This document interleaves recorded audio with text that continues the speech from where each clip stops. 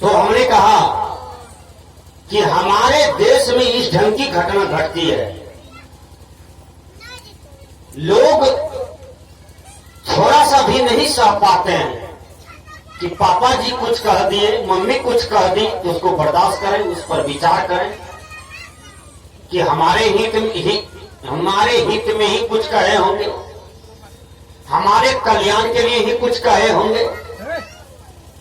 कभी चाचा डांट दे, चाची डांट दे, बड़ी मम्मी डांट दे, बड़े पापा डांट दे, समाज के लोग डांट दे कि तुम बहुत गड़बड़ दिखते हो, बहुत गड़बड़ लगते हो, गड़बड़ करते जा रहे हो, तो ध्यान देना चाहिए अपने तरफ, दूसरे की तरफ नहीं, कि हमें जरूर गड़बड़ियां है इसलिए लोग हमको डांटते हैं, उस पर विचार करना चाहिए।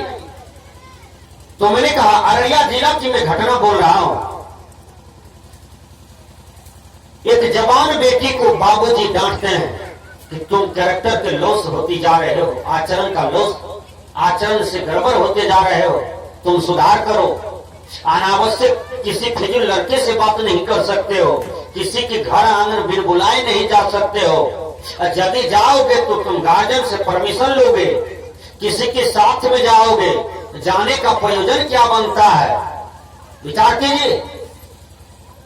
आजकल बहुत से ऐसे लड़के हैं जो अनावश्यक रॉन्ग नंबर डाल करके अनेक अनेक महिला लड़की से बातचीत करते रहते हैं।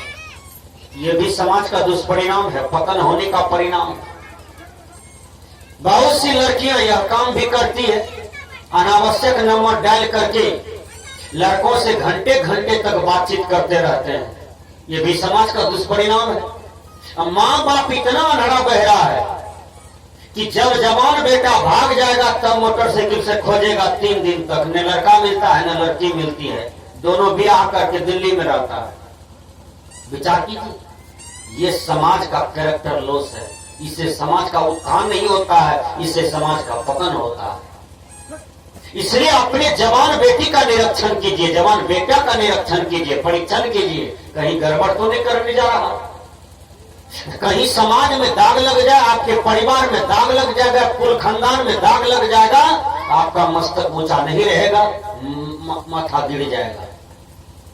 जिसका मस्तक ऊंचा होता है उसका आचरण ऊंचा होता है, जिसका मस्तक नीचा है तो उसका आचरण गड़बड़ है। एक बार हम रास्ते से जा रहे थे, पूर्णिया जिला की घटना है, अररिया और पूर्णिया का बॉर्डर है। वहां एक आदमी को खुट्टा में बांध दिया था, 25-75 आदमी लगभग घेर के रखा था।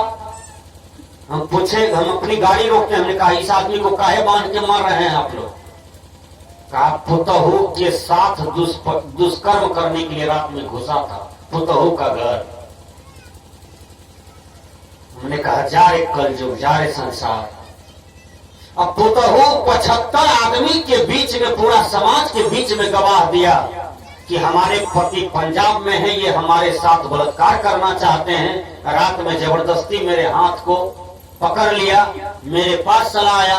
अब मैं बोलूं तो किसको बोलूं, लेकिन बताना पड़ा।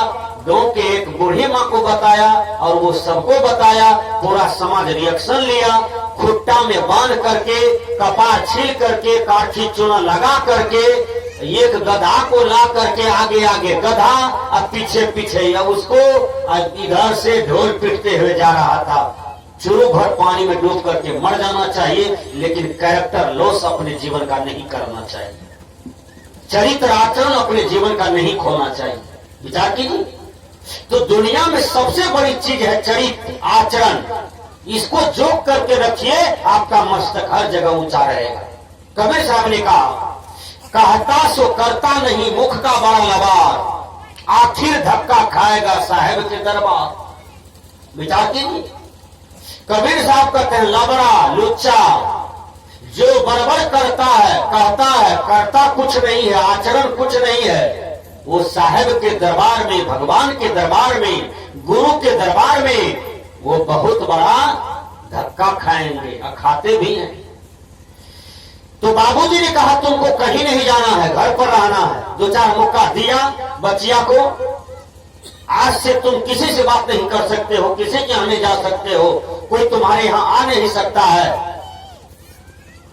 तुम अपना घर पर हो, अपना काम से मतलब रखो। वो लड़की मने मन गुमस करके रही, मन में क्रोध रखी, मन में गुस्सा रखी, शाम में खाना पीना बनाई, सबको खिलाया और अपने भी भर पेट खाई। जब सब सो गया तो लड़की रस्सी लिया और पीछे में आम का बगीचा था, उस बगीचा में जाकर के लटक गई, फसरी लटक गई और बेचारी 12 ना मर गई, 4 ना जिंदा थी। ध्यान से सुनिए, 4 ना जिंदा था। उसी गांव में 2-4 दिन पहले बहुत बड़ा डकैती हुआ था, पुलिस बराबर रेड करता था। सोचा कि पुलिस कहीं रेड कर दे, हम लोग धरा जाएंगे, इस बचिया के चलते हम लोग को जेल जाना पड़ेगा। पुलिस पूछेगा कैसे तुम लोग मारे हो, क्यों मारे हो, जवान बेटी है। अब वो 4 ना जीवित लड़की को पूरे परिवार, लंबा परिवार था, केवल हुक हुक करता था, ये करती होश था। ये लोग सोचा नहीं खत्मे हो गया, मरिए गया, बचबो नहीं करेगा। वो 4 ना जीवित लड़की को बोरा में बांध करके ले गया 2 किलोमीटर अंधेरी रात में। पूरे परिवार के लोग जिंदे काट करके उसको जला करके उसको राख कर दिया। जब काट रहा था तो कहती थी बाबूजी हम बच जाएंगे, हमको मत मारिए। विचार कीजिए उस समय उसको कैसा लगता होगा। इसलिए आत्महत्या करने का प्रयास न करें। जीवन है, जीवन 100 वर्ष का है, जीवन है, जीवन 125 वर्ष का है, 75 वर्ष का है, 80 वर्ष का है। लेकिन जीवन में कभी आत्महत्या करने का प्रयास न करें। ऐसा जीवन में कभी ज्ञान न लें, बुद्धि न लें, ऐसा सोच न रखें। जीवन जिए तो बढ़िया से जिए, वेदांत जीवन जिए, निष्कलंक जीवन जिए। संस्कृत के विद्वान ने कहा किंग जीवनम दोष विवर्जितम यत्। कहा जीवन क्या है, कहा जिसके जीवन में कोई दोष न हो उसी को जीवन कहा जाता है। विचार कीजिए, हमारे जीवन में दोषे कब आती है, जब हमारी संगति गड़बड़ा जाती है, हमारा सब कुछ गड़बड़ा जाता है। कोई जन्म से खैनी खाते हुए आता है, बोलिए, खैनी खोका की संगति में जाएगा तो खैनी खाना सीख जाएगा। कोई जन्म से जर्दा खाते हुए आता है, वो जर्दा खाने वाला आदमी की संगति करेंगे तो जर्दा खाना सीख जाएगा। कोई जन्म से शराब पीते हुए आता है, बोलिए, शराबी की संगति करेंगे तो शराब पीना जान जाएगा। विचार कीजिए, तो अच्छी संगति में जाइए। मैं बार बार निवेदन करता हूं कि बाल बच्चे को जन्म देने से नहीं होता है। बाल बच्चे को यदि जन्म दिए हैं तो बच्चा को पढ़ाइए, लिखाइए, शिक्षा भी दीजिए, बड़ों छोटों का ज्ञान कदर करने के लिए सिखाइए। केवल जन्म देते जा रहे हैं मंगरू चंगरू के तरह, लेकिन जन्म देते हैं, शिक्षा नहीं देते हैं, तो आप माता पिता होकर के बच्चे का शत्रु है। संस्कृत के विद्वान ने कहा माता शत्रु पिता वैरी, इन बारों न फटती विद्या हो हीना नो सबलते हंस मध्य बको यथा। अर्थात बच्चा शरीर से देखने में कितना सुंदर है, और उसको विद्वानों के स्टेज पर खड़ा कर दीजिए, कोई सुंदर कहेगा? अब वही बच्चा काला है, क्रोटा है, नाटा है, भूटा है, यदि पढ़ा लिखा है, शिक्षित है, वही बच्चा ये संसार में उसकी गिनती है। विद्वानों की स्टेज पर खड़ा कर दीजिए तो उसका शोभा होगा।